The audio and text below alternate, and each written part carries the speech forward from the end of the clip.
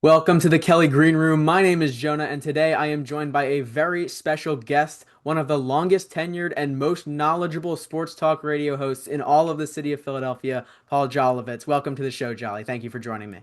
Nice to be here, John. What's going on? I'm doing pretty well, and I'm kind of excited for this whole Eagles thing to start up next week. How are you feeling about that team? Gotta be excited. Won a Super Bowl, trying to repeat. It's tough. A lot of obstacles in your way. Tough schedule, but the Cowboys banner opening night. Let's rock, buddy. It should be a fun one. Any game against a division rival, especially the Cowboys at home, is going to be rocking. That link is going to be loud. I'm very excited. I know you are as well, but somebody who I know will have ice in his veins the whole game, not excited whatsoever, Jalen Hurts. Let's talk about him for a little bit. I know you are one of Jalen's biggest Well, wait defenders. a second. When you say he's not excited, of course he's going to be excited. He's not going to show it. Yes, But that's Jalen what I Hurts is a meant. human Yes. being. Jalen Hurts is going to be plenty excited. What I love about him is he's able to repress the excitement and then play under pressure. But if you're not excited about this game, you're not human.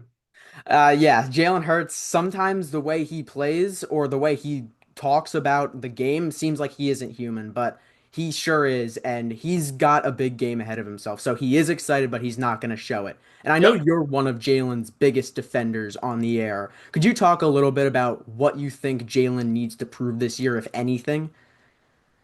The simple fact that you use that word, John, a defender, is ridiculous. This guy has been in two Super Bowls. He just won a Super Bowl. He's won a Super Bowl MVP. What does he need to defend from these morons who are obsessed with statistics or don't like the way he reacts on the sidelines or don't like his personality or how he connects? He wins. He's elite at everything. He's not pretty. If you went to a tryout camp, you'd say Joe Burrow looks better than him. Lamar Jackson looks better than him. Josh Allen looks better than him. Then want him over all three on the field because he gets it done. He doesn't need any defending. He's trying to win another Super Bowl. It's hard to do. We know teams don't do it very often. Heck, the division has been won back to back in 20 years. But I like the fact that he only wants to win. He doesn't care what you or I or anybody else thinks. Just win, baby. And that's what I like. I'm not a stat guy, Jonah. Win is all that matters. I completely agree. They paid Jalen Hurts to win, and that is what he has done. He has an overwhelmingly positive record as a starter, especially in the postseason. He's made two Super Bowls in his first 4 years as a starter. That's absolutely incredible. It's really amazing to watch Hurts. Maybe not as flashy as a guy like Lamar Jackson or Josh Allen, but he's one of three quarterbacks in the league right now who can say that they are a Super Bowl MVP, and one of four who can say they're a Super Bowl champion. I completely agree with you that he needs no defending. And another thing that I feel like I know you're going to know the answer to, and I think I know what you're going to say, is do you think that Jalen Hurts needs to carry the team in 2025? No, nobody ever has to carry a team. Football is a 22-man sport. And if you have the best player ever, if you had Tom Brady on a horrible team, I mean, bad team, it wouldn't matter because the coaches can exploit matchups at positions and make you look silly. So, no, they need a lot of people to carry the team. He's got to play well. Everybody's got to play well. Everybody's going to do their part. And Jalen may have to make some big plays in big moments or big drives in big moments and their way and then carry the team in that way. But he just got to do his part. Everybody's got to do their part. Nick Sirianni is doing a beautiful job of blending that. Big Fangio, Kevin Patullo, new offensive coordinator. I think Jalen's just got to do his thing, and everybody else will do their thing, and let's see what happens. Completely agreed. Jalen Hurts is doing exactly what he needs to do. If he can pass, he needs to. And something interesting that I've noticed about all of this debate this offseason about is Jalen Hurts good, is he not? It doesn't really matter. But when Jalen Hurts had his most prominent role in the passing game, that was 2023. The Eagles were not that good of a team in 2023, at least at the end of the season, and they fell apart. It's it's not a good strategy for a team to throw the ball as much as they do in the modern NFL. Teams who run the ball more win games. I'm not sure I agree with that, John. You just got to win games. I think we worry too much about platitudes and what you have to do and defending people. Just go out and play the freaking game. If you have to pass, you play against a team with no secondary, throw the ball 91 times. I don't care. Don't not throw it because Jonah and Paul or some broadcaster somewhere say don't throw it. You got to do what it takes to win the game and not worry about anything else. Not worry about throwing it 28 times or running it 42 times. Do what you have to do to win. I think the Eagles were very good at that last year. Obviously, they changed their paradigm after 4 games and went to the run with Saquon, which worked pretty well. But in a certain situation, just do what you got to do. Don't worry about radio talk show hosts or fans or anything else. Do what you got to do. I like that you're saying do what you got to do. And do you think that what the Eagles have got to do is take some pressure off of Saquon this season? Normally, when players rush for over 2,000 yards, they have that many carries. They cannot consistently keep that production up for another year. History isn't really on Saquon Barkley's side. So, do you expect this new play caller and Kevin Patullo to try to take some of the pressure off of him this year? That's an interesting question, Kevin. I mean, Kevin, Joe, it's a very good question. I don't really think it's pressure. I think pressure is being in the NFL, being a Batman type player on a Super Bowl team. I think Saquon knows what he has to do, whether it's catch the ball 28 times or 31 or catch 3 or 5 passes. I think they'd like to have him carry a little bit less. I think we, again, worry too much about that. Um, Obviously, you don't want him to carry it 900 times and be a broken down 2010, Buick, if you know what I mean. You want to save him, but you want to win. I'll say this to every question you ask me. You want to win, and you want to do what it takes to win. And if you have to kind of go outside the box, there's certain parameters you want to go by. You don't want Jalen to throw the ball 100 times, obviously, or Saquon to run it until he's wrecked. But do what you have to do to win. I think they'd like to run it a little less, throw it a little bit more in the preseason, although preseason means absolutely nothing. Agreed. How Jalen plays means absolutely nothing. So yes, would in a perfectly designed world, if you had Nick Sirianni here, would he say he'd like to run the ball a little less or Kevin Patullo? Yeah, probably. But unfortunately, life gets in the way, and we'll see what happens when push comes to shove. Nothing. You can't say anything about the game until it's been played, I guess. Exactly. So let's move on a little bit. So Eagles had quite an offseason with not a lot of outside additions, more like subtractions. We saw Milton Williams go, we saw Josh Sweat go, Darius Slay go on that defense. But they also had a key departure on offense, Mekhi Becton, but also Kellen Moore, the play caller. So we see departures on both sides of the ball, but which side, offense or defense, do you see taking a bigger step back or having the possibility to take a bigger step back this season? Well, I don't think there's any question. It's the defense. I mean, I love Vic Fangio, and it's a good question, Jonah, but you lost more elements off your defense, your quarterback, both receivers, your Hall of Fame offensive lineman, your running back are there. I mean, yeah, you got a new coordinator, but defense, you lost, as you said, Milton Williams, who I've always loved, so was fabulous. You got a question at corner, you got a question at safety, the edge. Without any question at all, the answer is defense. But I think Vic Fangio can get him up to speed. I wouldn't expect, because starters don't play in preseason, I wouldn't expect Beethoven or Rembrandt against the Cowboys, but I wouldn't expect it from the Cowboys either. It takes time. I think once the defense evolves and plays together a little bit, they're going to be pretty good. I think that's correct because the defense has a lot more youth than last year, and I think a lot less depth because those depth pieces from last year are now in a starting role. They have less And that's depth. what the salary cap does, Jonah. The salary cap says if you win, you're going to be paying people. Obviously, you're good players. At some point, you're going to reach a point where so and so or so and so, it's going to be a decision. It evens out the playing field, and there's nothing you can do about it. And we'll see what I think the Eagles have attacked it pretty well, but we'll see. I agree. I think that they have done a great job of filling those holes as best they can. I'm a big fan of Jalix Hunt, Moro Jomo as well. Somewhere I don't think that they have done so well with filling that hole is the cornerback two position. You're right. Keon Mitchell, obviously fantastic, but behind him, it's kind of nobody has really emerged. Who do you see winning that role, and who do you think is the best out of the three who are really a Jackson, Ringo, and Jacorian Bennett? Um, this new quarterback two thing. When I was growing up, there's no such thing as quarterback one. Who's your quarterback? No, ones and twos didn't exist. But I understand what you're talking about. It's a really good question. I don't think the Eagles are happy with any of them. You have to get other people take your players when you're good. That's how the world works. And I think they wanted Eli Ricks to step up. That didn't work. He got cut. Keely Ringo, excuse me. He didn't play well. Adoree Jackson, he's a guy. Ja'Cory Bennett they traded for. I don't think they're happy with anybody at the two position. Let's see how it works. They don't want to play Cooper DeJean there. That's a potential weakness. That's an area where Howie Roseman may be looking at still into the season. Maybe Adoree Jackson steps up. Who knows? But that's a position at which they're certainly going to need some help. I definitely agree with that, and it kind of worries me quite a bit when you look at this Eagles schedule and you see these teams that have not just a fantastic wide receiver one, but also a wide receiver two. George That's pretty Pickens. much every team, John. There are a lot of great wide receivers in this country, and only 32 teams.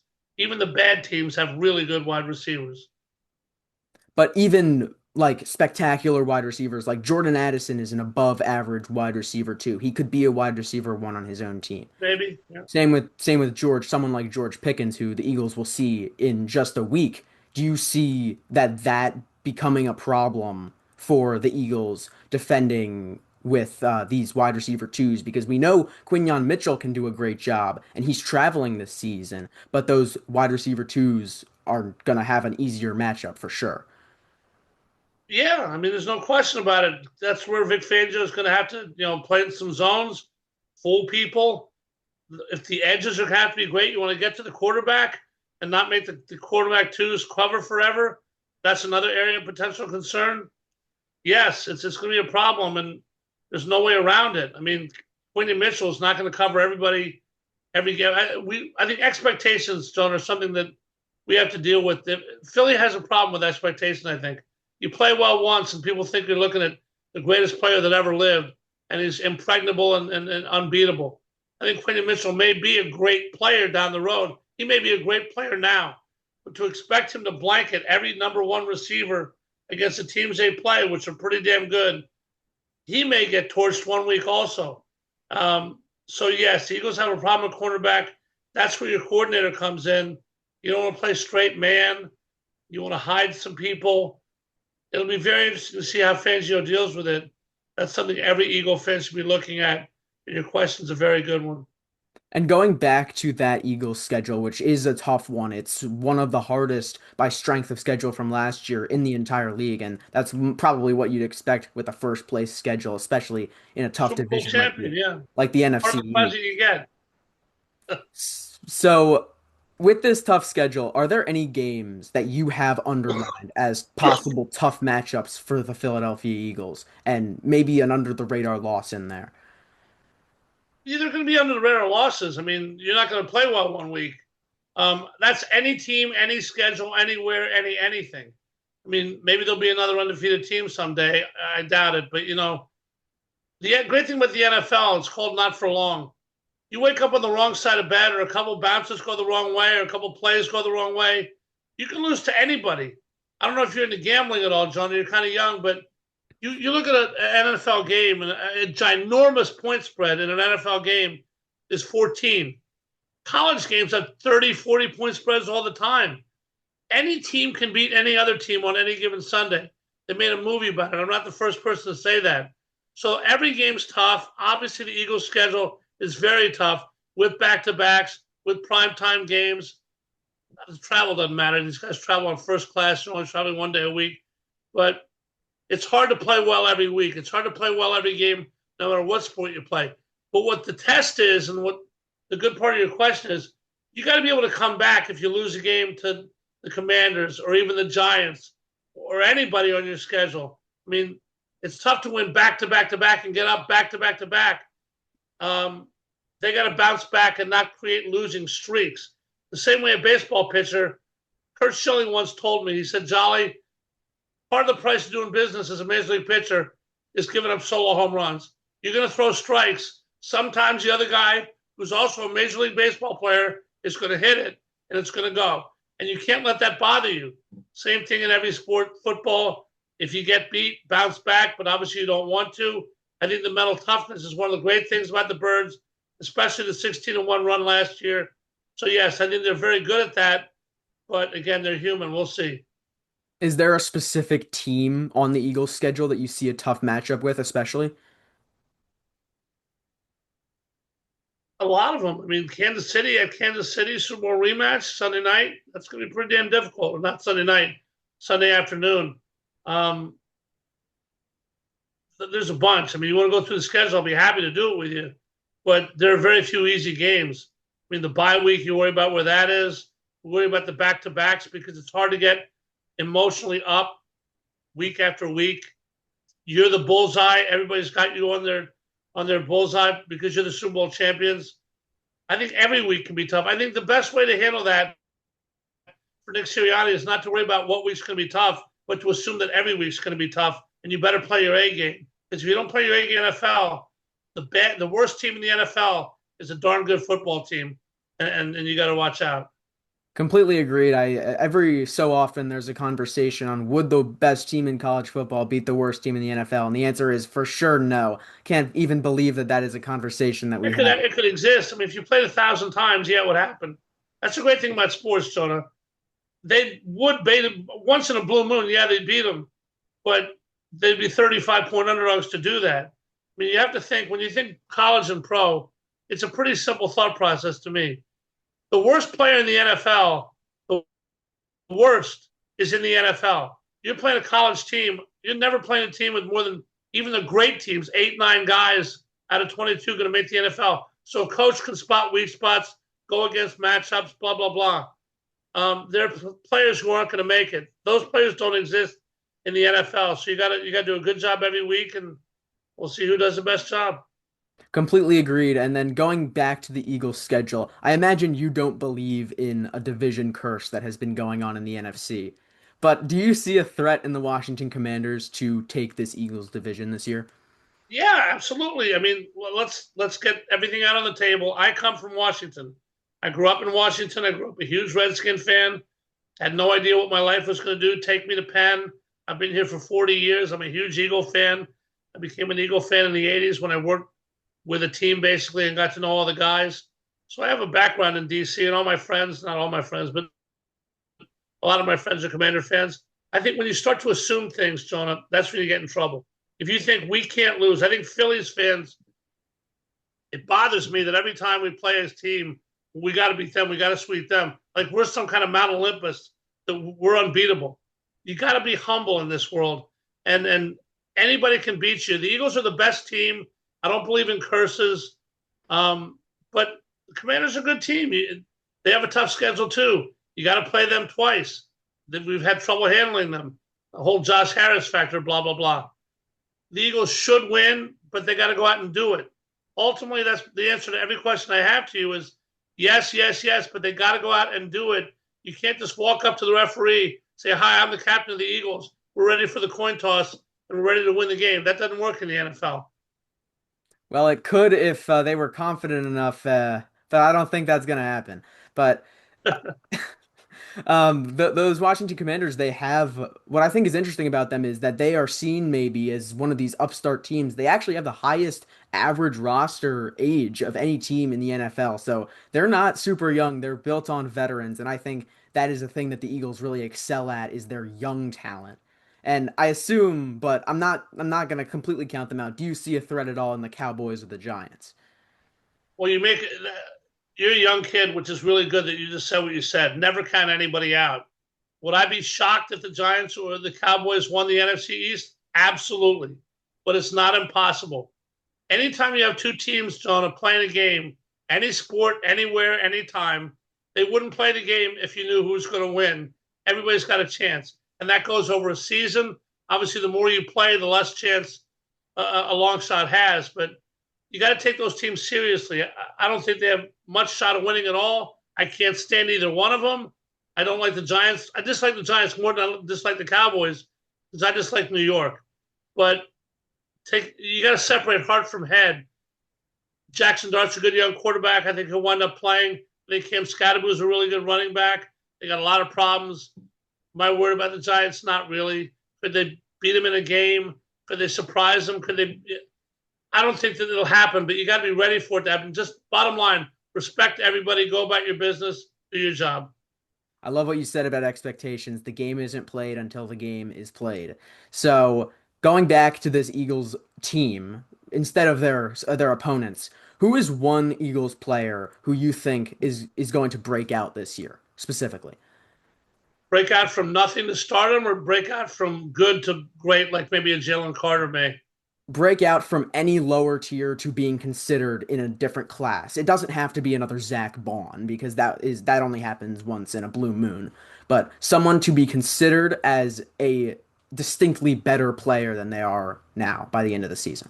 That's a great question. I think people respect Quinyon Mitchell already, although I don't think he's a huge name around the league. I think if you ask a fan, because quarterbacks in fantasy football, if you ask a football fan in San Francisco who's Quinyon Mitchell, they may not know, but the people in the NFL know, people in football know. I think the best answer that I can give for that question, offensive linemen aren't going to be on anybody's radar because you don't watch offensive linemen play. The receivers, the running back, Dallas Goedert, obviously Jalen. Excuse me. So it's got to be a guy on the defense. Jalen Carter is Jalen Carter. I think he's got a chance to be great this year. I think Nolan Smith, Moro Jomo, and Jihad Campbell are the three chances I have. Three young guys who I think are all going to be good, who all have a shot, who all probably start, who are all in positions of need and can step up like Zach Bond did last year. If I had to pick one of those three, Ajomo, and I love Milton Williams, Ajomo, Nolan Smith, or Jihad Campbell, I'll say Jihad Campbell. He's playing a pretty marquee position, linebacker. He's going to play on the ball, which means not rushing the passer. He'll play some edge, I think, if he can expand his role. We don't know what that's going to be. We don't know how Fangio is going to use his new toy. I'll say Jihad Campbell.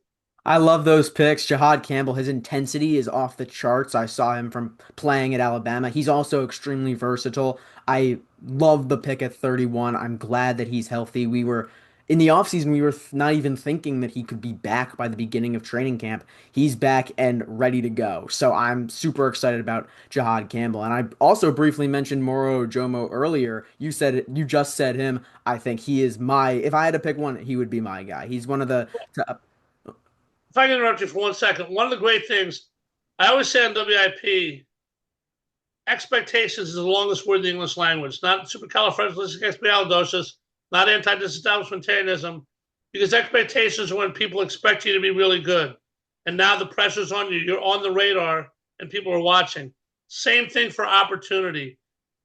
When someone leaves, you have an opportunity to replace them and make a name for yourself. You're starting at ground zero. Nobody knows who Moro Jomo is. You go to a football fan clinic somewhere and say Moro Jomo, like, who? He's got a chance to change that narrative really quickly.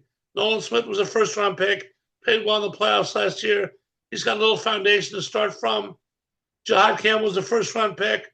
Jomo has a huge opportunity out of nowhere on a position of need, big time. Yes, sir, you're exactly right. Yeah, Jomo, he is one of the best pass rushing interior defensive linemen in the entire NFL. Just reminds me so much of Milton Williams, the way that he is able to rush the passer from the interior defensive line. And now he's getting the ability to start. I think he's just going to be awesome this year. So I We'll love the see. pick of Ojomo. They need Jordan Davis. They need everybody on that defensive line. The edge is really, I mean, you got Hunt, obviously, and Smith. Those guys got to play really well. That's another position that could change during the year. The waiver wire for the cuts today. Obviously, you're not going to take anybody off waivers. It's going to be an all pro, you don't think. But the waiver wire and then trades. Edge is one of the rushing the passer is an obvious need for every team. And Nolan Smith, the expectations are huge for him. And Jalen Hunt, too. I think they're both good, but they're both under the radar now, and they're going to have to be above the radar. Yeah, Nolan Smith, Jalen Hunt, I'm expecting great seasons, but again, you said expectations may not always become reality, but they are two of the most athletic, strong, quick edge rushers in the NFL, so really excited about them. As Fonzie would have said on Happy Days about 50 years before you were born, correctamundo. All right, so correctamundo, and I think that is all the time that we have today. Thank you, Jolly, so much for joining me. This has been the Kelly Green Room. I'm your host, Jonah. Thank you for watching. Thank you, Jonah. I'd love to do it again anytime. And to all the listeners, all the viewers, hope you have a great summer. Go Eagles. Enjoy yourselves. Cheerio, buddy.